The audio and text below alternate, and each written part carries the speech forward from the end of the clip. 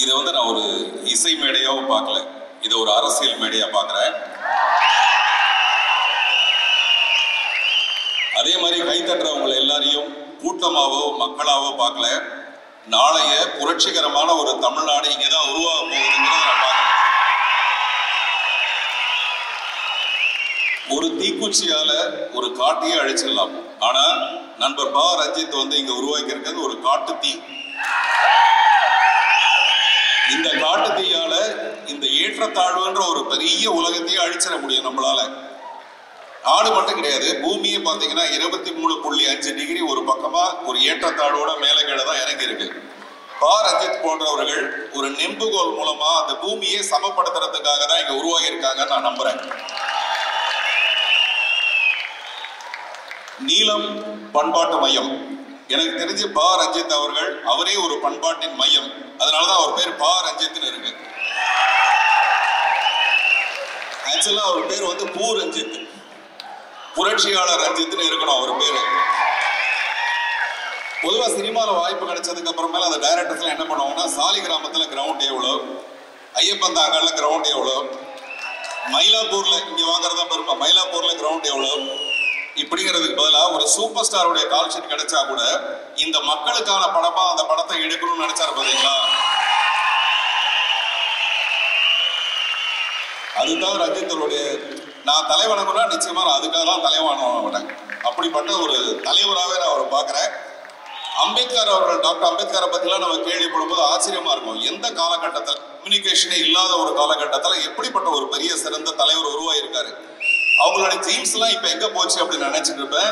அந்த ஜீன்ஸ் நம்மளுடைய பா ரஞ்சித் மூலமா இங்க எவ்வளவு பெரிய ஒரு பெரிய புரட்சியை ஏற்படுத்த போகுதுங்கிறது எனக்கு ரொம்ப ரொம்ப மகிழ்ச்சியான ஒரு விஷயம். இந்த மேடை, இதுல பரிசு வழங்குற பரிசு பெற்றவர்கள் எல்லாரும் பார்க்கும்போது ரொம்ப ஆச்சரியமா இருக்கு. எங்கேயோ ஒரு குக்கிராமத்துல இனம் தெரியாம காணாம போற எத்தனையோ பேரு அவங்க எல்லாம் இங்க மேடையில கூப்பிட்டு அவங்களை அறிமுகப்படுத்தி அவங்களுக்கு பரிசு கொடுக்கறது மட்டும் இல்லாம அதுல அந்த கவர் இருக்கு பாத்தீங்களா, ஒரு 50,000 ரூபாய், அதுதான் அவங்க வாழ்க்கைக்கான மிகப்பெரிய ஒரு பெரிய விருதா இருக்கும். வெறுமே ஒரு ஷீல்டு கொடுத்துடாம அந்த பணம் வந்து எனக்கு ஒரு மிகப்பெரிய ஒரு மகிழ்ச்சி ஏற்படுத்திச்சு.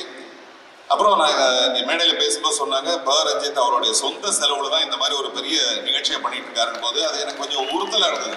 இது நம்ம எல்லாரும் சேர்ந்து செய்ய வேண்டிய ஒரு கடமை. அதனால இந்த 2024 இந்த 24ங்கிறத ஒரு சின்ன அடையாளமா வச்சுக்கிட்டு என்னுடைய பங்களிப்பா ஒரு 24,000 ரூபாயை இந்த அமைப்புக்கு நான் வழங்கணும்னு நினைக்கிறேன். இதை நான் செய்யறது வந்து ஒரு பெரிய விஷயம் இல்லை, பட் எல்லாருக்குமே அப்படியான ஒரு உணர்ச்சி ஏற்படுத்தணுங்கிறதுக்காக சொல்ற ஒரு விஷயம். 24,000 ரூபாய் பெரிய விஷயம் இல்லை நம்ம சம்பாதிக்கிறதுல, பட் நம்ம எல்லாருமே இந்த மாதிரி பங்கு பெற்று இப்படி ஒரு பெரிய விஷயத்தை செய்யணும்னு ஆசைப்படுறேன். சமீபத்தில் பாண்டிச்சேரி மத்திய சிறைச்சாலைக்கு போயிருந்தேன். இந்த சிறை காணாமணி அவர் சொல்லும்போது எனக்கு அது ஞாபகம் வந்தது. அவர் ஜெயிலுக்கு போயிட்டு வந்தேன்றதையே சிறை காணாமணின்னு ஒரு பேரை வச்சிருக்காருன்றது ரொம்ப மகிழ்ச்சியா இருந்தது எனக்கு. சிறையிலேருந்து வெளியில வந்தது அங்க போய் பார்க்கும்போது அந்த சிறையில இருக்கிறவங்க பூரா வயிற்று பாட்டுக்காக கஷ்டப்படுறவங்க மட்டும்தான் உள்ள இருக்காங்க. தப்பு செய்யறவங்க பூரா வெளியில தான் இருக்காங்க. சிறை தண்டனையை பூரா யார் அனுபவிக்கிறாங்கிறது கீழ்நிலையில இருக்கிறவங்க மட்டும்தான் அதை அனுபவிக்கிறாங்க. அதனால இந்த ஜனவரி 1ஆம் தேதி நம்ம ஸ்ரீராம்னு ஒரு சிங்கர் மூலமா ஒரு பெரிய இசை நிகழ்ச்சி நான் ஏற்பாடு பண்ணியிருக்கேன். இதை எதுக்காக சொல்றேன்னா, நம்ம எல்லாருக்குமே அந்த மாதிரியான ஒரு உணர்வு இருக்கணும். பா ரஞ்சித் ஒரு தடவை சொன்னாரு, உங்க புதிய பாதை படத்துல அந்த பறையை வச்சுட்டு அந்த ஒரு பையன் நின்றுட்டு இருப்பான், அந்த ஒரு ஷாட்டே போதுமானது நீங்க என்ன சொல்ல வரீங்கன்ற ஒரு அரசியல் இருக்குன்னு சொல்லிட்டு, அந்த மாதிரி இந்த உணர்வு நமக்கு எல்லாருக்குமே இருக்கணும். அதுலதான் நம்ம ஜெயிக்கணும். அதே மாதிரி வருகிற 14ஆம் தேதி என்னுடைய புதிய படத்தோட அறிமுகத்தை மெரினா பீச்ல ஒரு பெரிய நிகழ்வா பண்றேன். அதுல மாநகராட்சி பள்ளியில படிக்கிற குழந்தைங்க 2024 பேரை வரவழைச்சு அவங்க தான் சீஃப் கெஸ்ட் அந்த நிகழ்ச்சிக்கு. மாநகராட்சி பள்ளியில படிக்கிற அந்த குழந்தைங்க தான் சீஃப் கெஸ்ட். அவங்கள வச்சுட்டு அப்படி ஒரு நிகழ்ச்சி பண்றேன். நான் இது வந்து பெருமைக்காக எப்படி சொல்றேன்னா, டெஃபினட்டா இந்த மாதிரி விஷயத்த நம்ம எல்லாம் பெருமைப்பட்டுதான் ஆகணும். நம்மளால முடிஞ்ச ஒரு உதவியை இந்த சமுதாயம் தழைக்கிறதுக்கு நம்ம என்ன செய்யணும். அந்த வகையில இந்த நிகழ்ச்சி எனக்கு ஒரு மிகப்பெரிய உத்வேகத்தை ஏற்படுத்தி கொடுத்திருக்கிறதுக்காக திரு ரஞ்சித் அவர்களுக்கு என்னுடைய மனப்பூர்வமான நன்றியை தெரிவிச்சுக்கிறேன். சார், அடுத்ததாக சேமிப்பாளர், நடிகர், தயாரிப்பாளர் ஜிவி பிரகாஷ் அனைவருக்கும் வணக்கம். ரொம்ப சந்தோஷம் இங்கே வந்தது. மார்கழி மக்கள் இசைன்றது வந்து நான் ஒரு பெரிய ஸ்டேட்மெண்ட்டாக பார்க்குறேன். ஒரு வருஷமும் நடத்திட்டு வராங்க நீளம்ல. போன வருஷம் நான் வந்தேன், ஒரு பெரிய கூட்டம் இருந்துச்சு.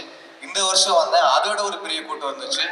ஸோ இது ஒரு பெரிய மேடையாகவும் ஒரு பெரிய ஸ்டேஜாகவும் பெரிய ஒரு மியூசிஷியன் ஆகிறதுக்காகவோ அதுக்கான ஒரு பெரிய மேடையாக நான் பார்க்குறேன். எல்லாருமே போட்டி போட்டு வந்து நான் பெர்ஃபார்ம் பண்ணுறேன் அப்படின்னு சொல்லிட்டு போட்டி போட்டு பண்ணுறாங்க. ஸோ அவ்வளோ ஹெல்த்தியாக ஒரு மோஸ்ட் வாண்டட் ஸ்டேஜாக இது மாறிட்டு வருது. ஸோ அது ரொம்ப ரொம்ப சந்தோஷம். இந்த ஸ்டேஜ் எல்லாருமே நல்லா யூஸ் பண்ணிக்கோங்க. இது ஒரு பெரிய வாய்ப்பாக நான் பார்க்குறேன். எவ்வளோ பேர் இது ஸ்பாட் ஆவாங்க, யாரோ எங்கேயோ பார்த்து அவங்கள கண்டிப்பாக யூஸ் பண்ணுவாங்க. இங்கேருந்து நிறைய பெரிய பெரிய டேலண்ட்ஸ்லாம் வந்திருக்காங்க. சினிமாவில் ஸ்பாட் பண்ணியிருக்கோம், நான் ஒர்க் பண்ணுறேன், நிறைய பேர் ஒர்க் பண்ணியிருக்காங்க. ஸோ இது ஒரு பெரிய மேடை எல்லாருக்குமே அழகாக அமைச்சு கொடுத்துருக்காரு நீலம்ல ரஞ்சித் சார். ஸோ இது வருஷம் நான் என்னால் எப்போல்லாம் நான் அவைலபிளோ கண்டிப்பாக நான் இதுக்கு வருவேன். ஏன்னா இதை நான் ஒரு பெரிய ஸ்டேட்மெண்ட்டாக பார்க்குறேன். இது ஒரு பெரிய அரசியல் இருக்குது. அந்த இசை எல்லாருக்குமே பொதுவானது அப்படிங்கிற ஒரு பெரிய ஸ்டேட்மெண்ட் இருக்குது. So keep rocking. இது வந்து தொடர்ந்துட்டே இருக்கணும். ஒரு வருஷமும் நான் வரணும்னு ஆசைப்படுறேன். Thank you so much. ஒரே ஒரு விஷயம் நான் சொல்ல மறந்துட்டு ஆரம்பத்தில் அப்படியே கொஞ்சம் எமோஷனல் ஆயிட்டேன். வழக்கமா இந்த மார்கழியில வந்து மங்கள இசை தான் கேட்டு நமக்கு பழக்கம்.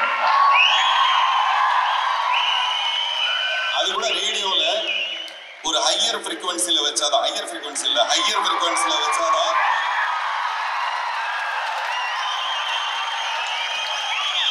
அப்படி நம்ம எப்பவுமே மார்கழியில் மங்கள இசை மட்டும் தான் கேட்டு பழக்கம். இப்பதான் ஒரு மக்கள் இசை கேட்கறதுன்றது ஒரு மகிழ்ச்சியான ஒரு விஷயம். இந்த இசை மட்டும் இல்லை, இந்த நாடே மக்களுக்கானது. அதை வலியுறுத்துறதுனால இந்த இது நேற்று நடக்குது. அதை நான் சொல்லணும்னு ஆசைப்பட்டேன். Thank you sir. Thank you so much sir. இறங்குறோன்னா தங்கலான் படத்தோட இசையமைப்பாளராக இங்கே இருக்காரு, தங்கலான் படத்தோட டைரக்டராக இங்கே இருக்காரு. அந்த படத்தை பற்றி அப்டேட் கேட்கலாமா வேணாமா? தங்கலான் படத்தை பற்றி அப்டேட் பண்ணி எனக்கு என்ன தோணுச்சு, என்ன அப்டேட்? அதான் யூடியூப்ல பல பேருக்கு நிறைய அப்டேட் கொடுத்துருக்காங்களே. But what I thought is music director இங்கே இருக்காரு. அந்த படத்தில் ஏதாவது சின்ன 2 லைன் பாட வைக்கலாமா?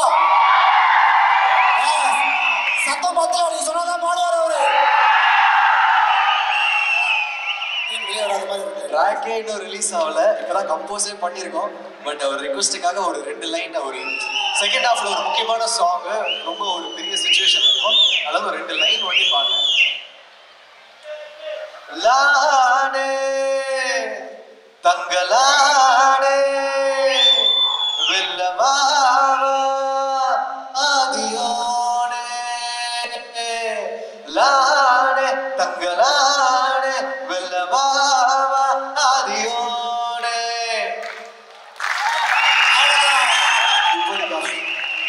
Thank you so much sir. 4 சிறப்பு விருந்தினர்களுக்கு நினைவு பரிசை வழங்க இயக்குனர் பா. ரஞ்சித் அவர்களையும் குதிரைவாளி இயக்குனர் மனோஜ் அவர்களையும் மேடைக்கு அழைக்கிறோம். Manoj come on, sweet surprise for Manoj. சீக்கிரம் மனோஜ். தேங்க்யூ.